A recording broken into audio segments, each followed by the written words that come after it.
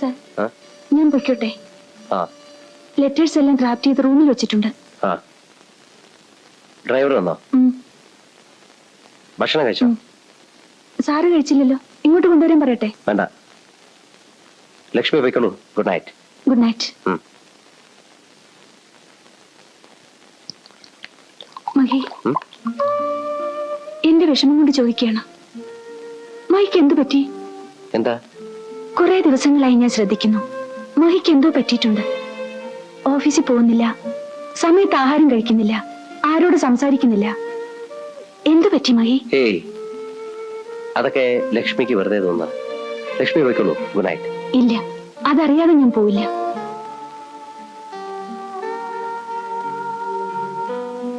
ഞാൻ വെറും ഒരു പി ആണെങ്കിൽ ഗുഡ് നൈറ്റ് വേണ്ട, ഗെറ്റ് ഔട്ട് പറഞ്ഞാൽ മതി. ഞാൻ പൊയ്ക്കൊള്ളാം. ഞാനിത് അന്നേ ഊഹിച്ചതാ. മഹി പോലെ ഇത്ര പാവം പിടിച്ച ഒരാൾക്ക് പൊളിറ്റിക്സ് പറ്റില്ല. ദേഷ്യവും റെഫറൻസും ഒക്കെ പുറമേ ഉള്ളൂ.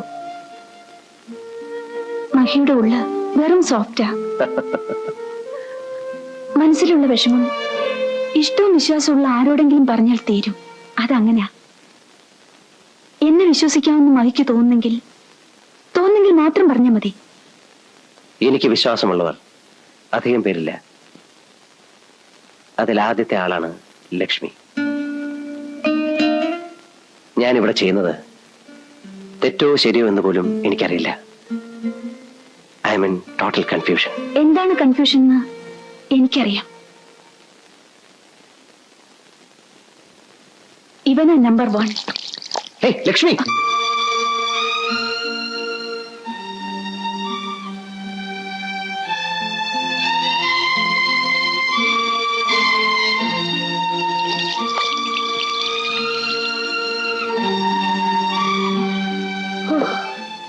ഒരു കൺഫ്യൂഷൻ തീർന്നു. ഇനി ഈ ഫയൽ തുറക്കരുത്.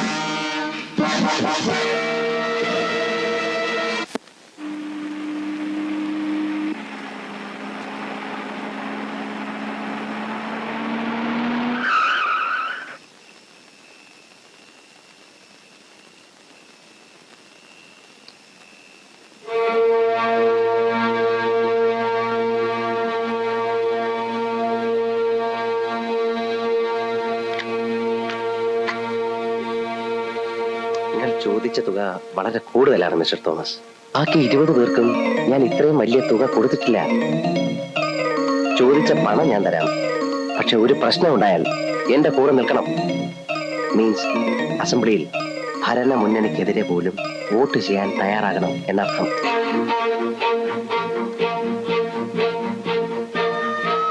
ജയനോട്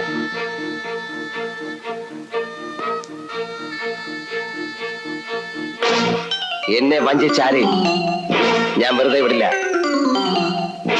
കൊല്ലും ഞാൻ. പറയടേ, എവിടെ ജയൻ? പറയാൻ. പറഞ്ഞില്ലെങ്കിൽ എന്ത് ചെയ്യും? കൊല്ലും അല്ലേ? പോടാ. പാതിരാത്രിയിൽ ആരോരുമില്ലാത്തൊരിടത്ത് കൂട്ടിക്കൊണ്ടുവന്ന് കൊല്ലുമെന്ന്. ധീരൻ. രാത്രിയിൽ താൻ ദുസ്വപ്നം കണ്ട് ഞെട്ടി ഉണരുമല്ലോ മുഖ്യമന്ത്രിയുടെ മുഖം കണ്ട്. എന്തേ അയാളുടെ നേരെ ഇത് ചൂണ്ടാൻ ധൈര്യമില്ലാതെ പോയി? എന്നെ കൊല്ലാൻ ഈ പരാക്രമത്തിന്റെ ഒന്നും കാര്യമില്ല. എവിടെ വെച്ചും കൊല്ലാം, ആരും ചോദിക്കാനില്ല. ജയൻ എവിടെയുണ്ടെന്ന് എനിക്കറിയാം. എന്നും ഞങ്ങൾ തമ്മിൽ കാണാറുണ്ട്. എനിക്ക് അയാളെ ഇഷ്ടമാണ്, ബഹുമാനമാണ്. ഞാൻ അയാളുടെ കുഞ്ഞിന്റെ അമ്മയാകാൻ പോവുകയാണ്. താൻ എന്ത് ചെയ്താലും ജയൻ എവിടെ ഉണ്ടെന്ന് ഞാൻ പറയില്ല. പറയിപ്പിക്കാൻ ധൈര്യമുണ്ടോ? ഒരു പോലീസുകാരനെ കൊന്നതിലുള്ള ധർമ്മരോഷമാണല്ലോ തനിക്ക്. ഒന്നും അറിയാത്ത 15 പാവങ്ങൾ അന്നവിടെ വേറെ മരിച്ചു. വെടിയേറ്റ്, പോലീസിന്റെ വെടിയേറ്റ്. അന്ന് തന്റെ പോലീസും ഗുണ്ടകളും എത്രയെത്ര അമ്മമാരെയും സഹോദരിമാരെയും മാനഭംഗപ്പെടുത്തി. അതിലൊന്നും അയാൾക്ക് ധർമ്മരോഷമില്ല. എങ്ങനെ ഉണ്ടാകാനാ? ബാല്യക്കാരിയെ പ്രേമിക്കാൻ ഭാര്യയെ തൊഴിച്ചു കൊന്ന തന്തയുടെ മകനല്ലേ താൻ? ജയനൊന്നും നിങ്ങളോട് കരഞ്ഞപേക്ഷിച്ചതല്ലേ പോലീസിനെ വിടരുതെന്ന്? അവിടെ നടന്ന എല്ലാ പാതകങ്ങൾക്കും താനാണ് ഉത്തരവാദി. You are A criminal.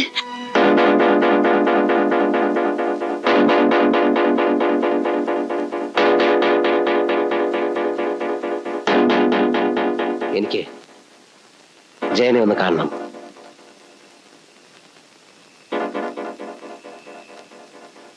ആഭ്യന്തരമന്ത്രിയായിട്ടല്ല, നിങ്ങളുടെ മഹിയായിട്ട്. പ്ലീസ്.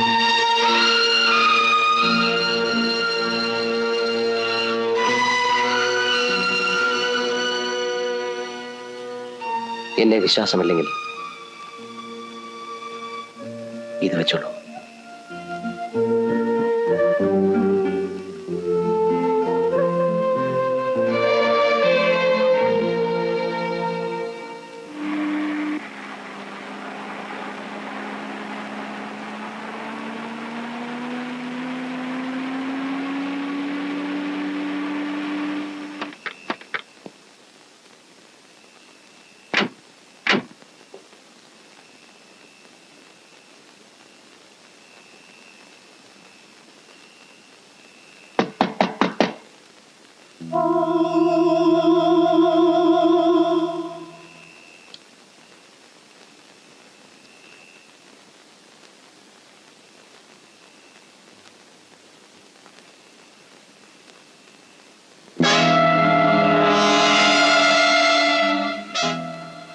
ആരാ? മായി.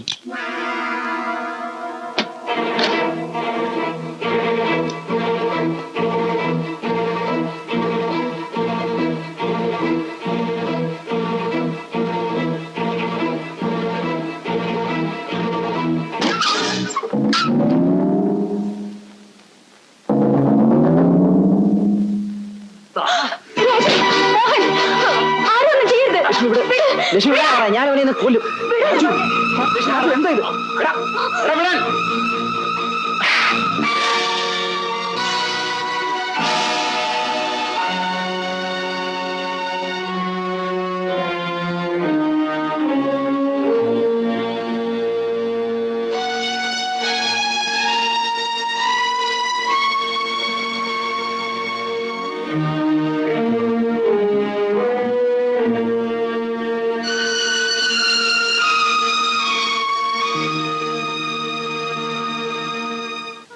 വിയർപ്പും കണ്ണീരും പൊട്ടിച്ചിരികളാക്കിയ അധ്വാനശീലരുടെ സ്വപ്നഭൂമിയായിരുന്നു ഇവിടം.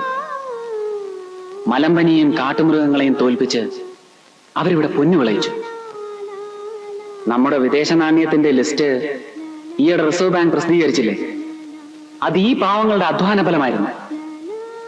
പക്ഷേ ഇവർക്ക് പൗരാവകാശങ്ങളില്ല. ഇവരുടെ കുട്ടികൾക്ക് പഠിക്കാൻ സ്കൂളില്ല, ചികിത്സിക്കാൻ ആശുപത്രിയില്ല.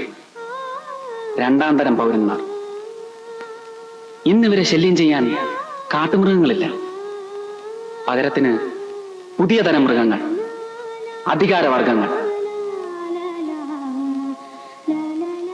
ഇതാണ് ആദ്യത്തെ വെടികൊണ്ട് വീണ വർഗീസിന്റെ വീട്. വിവാഹപ്രായമെത്തിയ 2 പെൺകുട്ടികളാണ് വർഗീസിനുണ്ടായിരുന്നത്. അവരും മരിച്ചു. ബലാത്സംഗം ചെയ്യപ്പെട്ടു എന്ന വാർത്ത പത്രത്തിൽ അച്ചടിച്ചു വന്നാൽ ആരാണ് അവരെ വിവാഹം കഴിക്കാൻ തയ്യാറാവുക? ആത്മഹത്യ അല്ലാതെ മറ്റു മാർഗമൊന്നുമില്ലായിരുന്നു.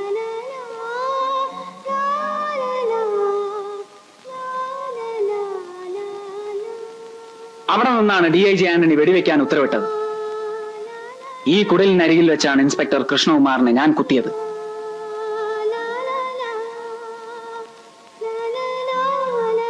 മൂന്ന് തവണയുണ്ടായ ഉരുൾപൊട്ടലിനെ അതിജീവിച്ചവരാണിവർ.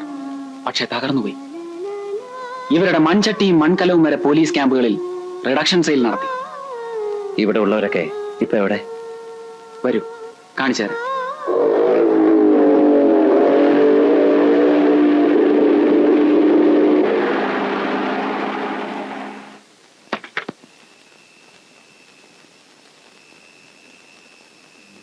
അതാ, അത് കണ്ടോ?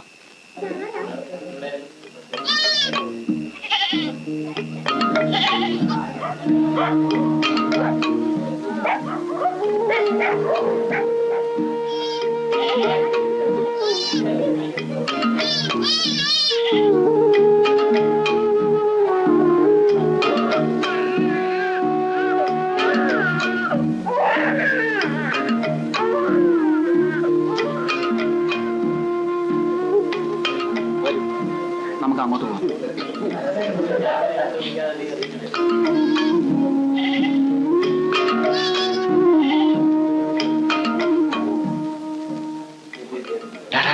ഒന്ന് എഴുന്നേറ്റ് അങ്ങോട്ട് നോക്ക്. ആഭ്യന്തരമന്ത്രി മഹേന്ദ്രവർമ്മ വന്നിരിക്കുന്നു. ആരും ഉപദ്രവിക്കരുത്. ഇവനാണ് എല്ലാത്തിനും കാരണം. ഇവരെ കൊല്ലണം. എങ്കിൽ ആദ്യം എന്നെ കൊല്ലേ. ഞാനാണ് മഹി ഇവിടെ വിളിച്ചുകൊണ്ട് വന്നത്. നിങ്ങളുടെ എല്ലാ പ്രശ്നങ്ങൾക്കും പരിഹാരം ഉണ്ടാവും. മഹി ഇനി നമ്മുടെ ആളാണ്. മഹി ഇന്നിവിടെ വന്നത് എനിക്കും നിങ്ങൾക്കും മാത്രം അറിയാവുന്ന ഒരു രാഷ്ട്രീയ രഹസ്യമാണ്. ദയവ് ചെയ്ത് ആരും ഇത് പുറത്തു പറയരുത്. വരൂ.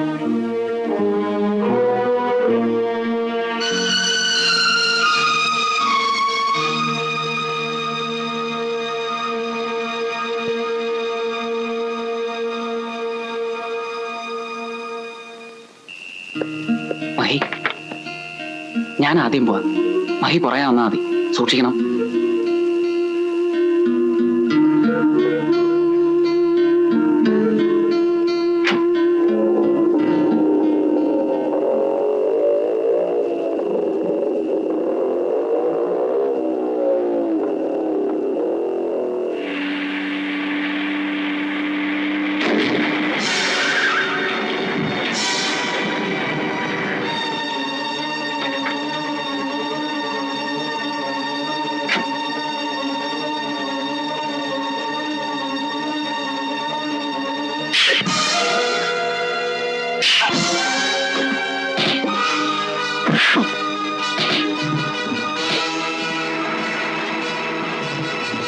മൈസാറല്ലേ, വണ്ടി നിർത്തൂ.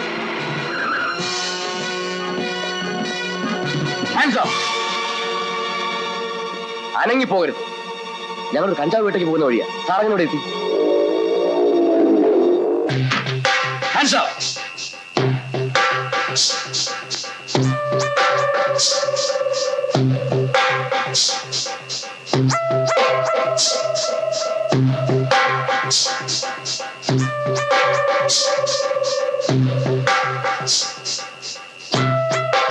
സാർ, എല്ലാം പിടികിട്ടാ പുള്ളികളാ. എല്ലാത്തിനും വണ്ടി കേട്ട് നിൽക്കൂ.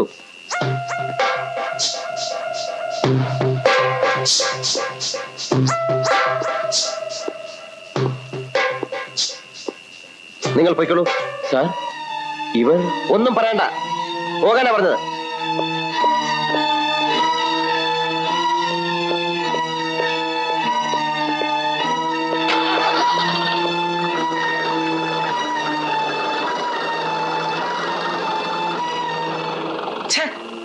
നിങ്ങൾ എന്താണായി കാണിച്ചത്?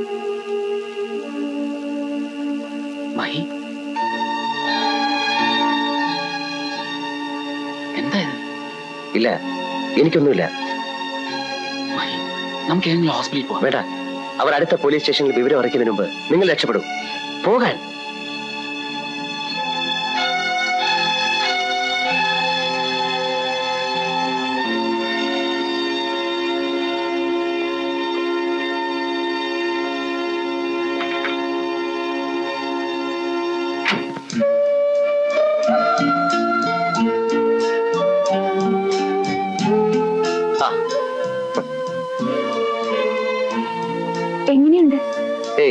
സാരമില്ല.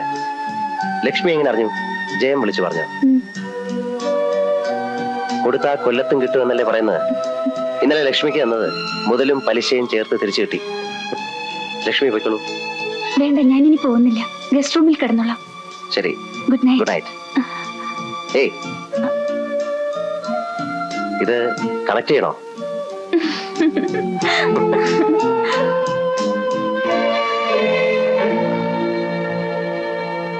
ഞാൻ ഇത്രയും കാലം നിങ്ങളെയൊക്കെ പഠിപ്പിച്ചത് വെറുതെ ആയെന്നാണ് തോന്നുന്നത്.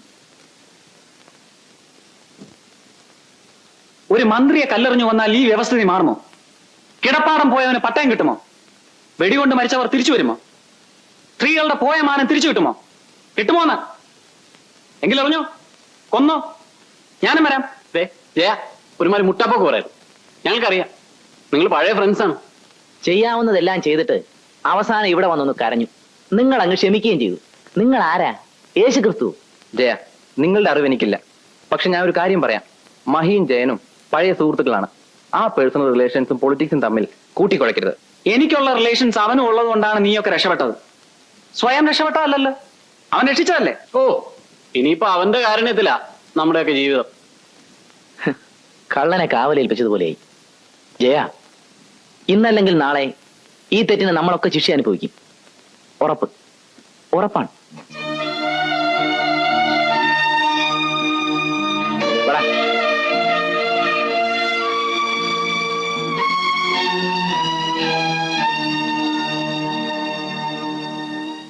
ജയനെയും അവന്റെ കൂട്ടുകാരെയും വർഷങ്ങളായി എനിക്കറിയാം. എന്നെ എറിഞ്ഞത് അവരല്ല, അത് മറ്റാരോ ആണ്. ഞാനാണെന്ന് വിചാരിച്ചെറിഞ്ഞതുമല്ല. ഇല്ല സർ, സാറിന് തെറ്റുപറ്റിയതാണ്. അത് ജയൻ തന്നെയാ, എനിക്ക് ഉറപ്പാ. സുകുമാരക്കുറിപ്പാണെന്ന് കരുതി താൻ എത്ര പേരെ അറസ്റ്റ് ചെയ്തിട്ടുണ്ട്? 4. കേട്ടോ, കണ്ടെങ്കിൽ കണ്ടെന്ന് പറഞ്ഞാ മതി, കണ്ടില്ലെങ്കിൽ കണ്ടില്ല എന്ന് പറയണം. അത് മുഖത്ത് നോക്കി സംസാരിക്കണോ? ജയനെ കണ്ടോ? ഞാൻ കണ്ടില്ല. ജയനെ പോലൊരാൾ. ജയനെ പോലെ ഒരാളെ അല്ല, ജയനെ താൻ കണ്ടോ? ഇല്ല സർ, ഇല്ല. ഇല്ല. ജയനെ പോലെ ഒരാളെ കണ്ടതിനാണ് ഇയാൾ ഈ കാട് വിളക്കി വന്നിരിക്കുന്നത്. അധികം സ്മാർട്ട് ആകരുത്. ആവശ്യമില്ലാത്ത കാര്യങ്ങളിൽ ഇടപെടുകയും ചെയ്യരുത്. മനസ്സിലായോ? മനസ്സിലായി. എന്ത് മനസ്സിലായി? മനസ്സിലാവാത്ത കാര്യങ്ങൾ മനസ്സിലായി എന്ന് പറഞ്ഞാൽ മനസ്സിലായത് കൂടെ മനസ്സിലാകാതെ പോവും. മനസ്സിലായോ? ശരി സർ. തപ്പയ്ക്കോ.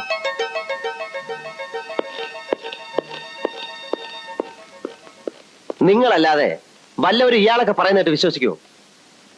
സാർ, നിങ്ങൾക്ക് ഇതൊരു തോട്ടത്തിന്റെ മാത്രം പ്രശ്നമാണ്. എന്നെ സംബന്ധിച്ച് പ്രസ്റ്റീജ് ഇഷ്യൂ ആണിത്. ജയനെ കയ്യിൽ കിട്ടിയാൽ ഞാൻ വിടുമോ സാർ? എന്തായാലും ഇത് മഹാബോറായി പോയി. വെറും ഒരു SIയും കൂട്ടി മുഖ്യമന്ത്രി ആഭ്യന്തരമന്ത്രിയോട് കൂട്ടിച്ചോദിക്കുക. ഇതൊരുമാതിരി അടുക്കളക്കാരി പെണ്ണുങ്ങളുടെ സ്വഭാവമായി പോയി. ഏതായാലും നമുക്ക് നാളെ സംസാരിക്കാം. എനിക്കൊന്ന് കിടക്കണം, വല്ലാത്ത ക്ഷീണം.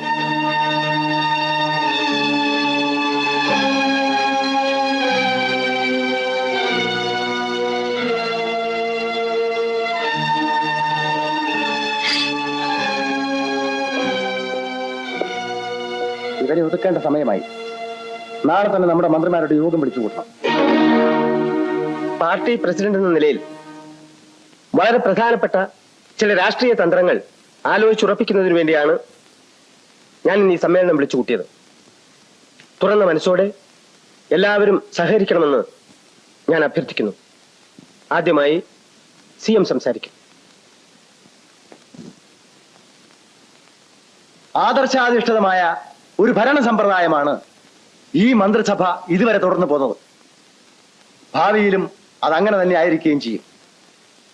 എന്നാൽ കാലങ്ങൾ കഴിയും തോറും നമ്മുടെ പാർട്ടിക്ക് ജനങ്ങളുടെ ഇടയിലുള്ള അടിവേരുകൾ നഷ്ടപ്പെട്ടു വരികയാണെന്നുള്ളത് ഒരു ദുഃഖസത്യമാണ്. പ്രതിപക്ഷ പാർട്ടികളിൽ ഉള്ളതിനേക്കാൾ കഴിവും വിദ്യാഭ്യാസവും പ്രവർത്തന പരിചയവുമുള്ള നേതാക്കന്മാർ നമ്മുടെ പാർട്ടിയിലാണുള്ളത്. ആരാണവർ? നമ്മൾ തന്നെ. കഴിവുള്ള നമ്മളെല്ലാം അധികാരത്തിന്റെ കസേലകളിൽ കുത്തിയിരുന്നാൽ പാർട്ടി ആര് നയിക്കും? ആര് വളർത്തും? ഈ മന്ത്രി ഉദ്യോഗം എന്ന് പറഞ്ഞാൽ it is only A glorified managers post. ഒരു IAS കാരന് ചെയ്യാനുള്ള പണിയേ ഇവിടെയുള്ളൂ. സമൂഹത്തിന്റെ താഴേക്കിടയിൽ നിന്ന് വേണം നാം ഇനി പാർട്ടിയെ പടുത്തുയർത്തേണ്ടത്. ഹരിജനങ്ങൾ, ഗിരിജനങ്ങൾ, തൊഴിലാളികൾ, ചെറുകിട കർഷകർ, അഭ്യസ്തവിദ്യരായ തൊഴിൽ രഹിതർ, ഇവരുടെ എല്ലാം ആത്മാവ് ഇന്ന് പ്രതിപക്ഷങ്ങളുടെ കൂടെയാണ്. മന്ത്രി കസേരകൾ വലിച്ചെറിഞ്ഞ് നാം തന്നെ അവരുടെ ഇടയിലേക്ക് ഇറങ്ങിച്ചെല്ലണം. എങ്കിൽ മാത്രമേ പാർട്ടിക്ക് നഷ്ടപ്പെട്ട ഉയിരും തേജസ്സും തിരിച്ചു കിട്ടുകയുള്ളൂ. അവറാച്ചനെയും എന്നെയും കേശവപിള്ളയെയും പോലുള്ള വൃദ്ധന്മാർ ഈ വൈകിയ വേളയിൽ പാർട്ടി പ്രവർത്തനത്തിന് ഇറങ്ങുന്നതിൽ അർത്ഥമില്ല. ഓടി നടന്ന് ജോലി ചെയ്യാനുള്ള ആരോഗ്യം ഞങ്ങൾക്കില്ല. നിങ്ങളിൽ യുവരക്തവും ഊർജ്ജസ്വലതയുള്ളവരുണ്ട്, പ്രവർത്തനശേഷിയുള്ളവരുണ്ട്. രാഷ്ട്രം നിങ്ങളെ ഉറ്റുനോക്കുന്നു, പാർട്ടി നിങ്ങളെ ഉറ്റുനോക്കുന്നു, ജനങ്ങൾ നിങ്ങളെ ഉറ്റുനോക്കുന്നു. അത് കണ്ടില്ല എന്ന് നടിച്ചാൽ ചരിത്രം നിങ്ങൾക്ക് മാപ്പ് തരില്ല. പക്ഷെ ഒരു കാര്യം നിങ്ങൾ ഓർക്കണം, മഹാത്മാഗാന്ധിയും AKജിയും ഒരിക്കലും മന്ത്രിമാരായിരുന്നിട്ടില്ല. പക്ഷേ ജനങ്ങൾ ഇന്നും ആരാധനയോടെ അവരെ സ്മരിക്കുന്നു. എല്ലാവരും കൂടി ഒരുമിച്ച് പുറത്തു പോയാൽ അത് അനാവശ്യമായ തെറ്റിദ്ധാരണകൾക്ക് ഇടവരുത്തും.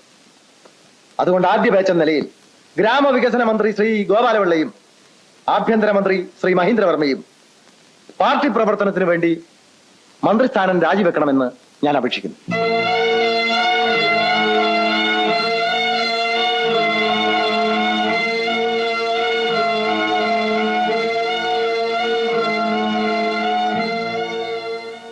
പാർട്ടിക്ക് വേണ്ടി മന്ത്രിസ്ഥാനം രാജിവെക്കാൻ ഞാൻ തയ്യാർ.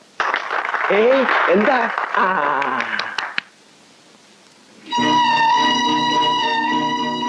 പാർട്ടി പ്രവർത്തനം നടത്താനുള്ള രാഷ്ട്രീയ പാരമ്പര്യം എനിക്കില്ല. തൽക്കാലം മന്ത്രിസ്ഥാനം രാജിവെക്കാൻ ഞാൻ ഉദ്ദേശിക്കുന്നുമില്ല. അത് നിങ്ങൾ മാത്രം തീരുമാനിച്ചാൽ പോരാ, ഹൈക്കമാൻഡിന്റെ ഉത്തരവാണ്. രാജിവെച്ചേ തീരൂ. ഏത് ഹൈക്കമാൻഡാ സാറേ? നമ്മുടെ കാര്യം തീരുമാനിക്കേണ്ടത് നമ്മളല്ലേ, ഹൈക്കമാൻഡാണോ? എനിക്ക് രാജിവെക്കാൻ സൗകര്യമില്ലെന്ന് സാർ അവരെ പറഞ്ഞ് മനസ്സിലാക്ക്. ലക്ഷക്കണക്കിന് രൂപ ചെലവഴിച്ച ഞാൻ ഈ കസേരയിലെത്തി. അത് സാറിനും അറിയാമല്ലോ. അതിന്റെ പലിശയെങ്കിലും ഞാനൊന്ന് ഈടാക്കട്ടെ. ഞാൻ ഒഴികെ ആർക്കും ധൈര്യമായിട്ട് രാജിവെക്കാം. മുടക്കൊന്നുമില്ലല്ലോ, സമ്പാദ്യമല്ലേ ഉള്ളൂ. അല്ലെങ്കിൽ തന്നെ മന്ത്രിമാർ എങ്ങനെയാ സാറേ പാർട്ടി പ്രവർത്തനത്തിന് ഇറങ്ങുന്നത്? ശർക്കര ഭരണിയിൽ കിടന്ന കൈകളാ, അത് വെറും ഭരണിയിൽ ചെല്ലുമ്പോഴേ ചൊറിയും.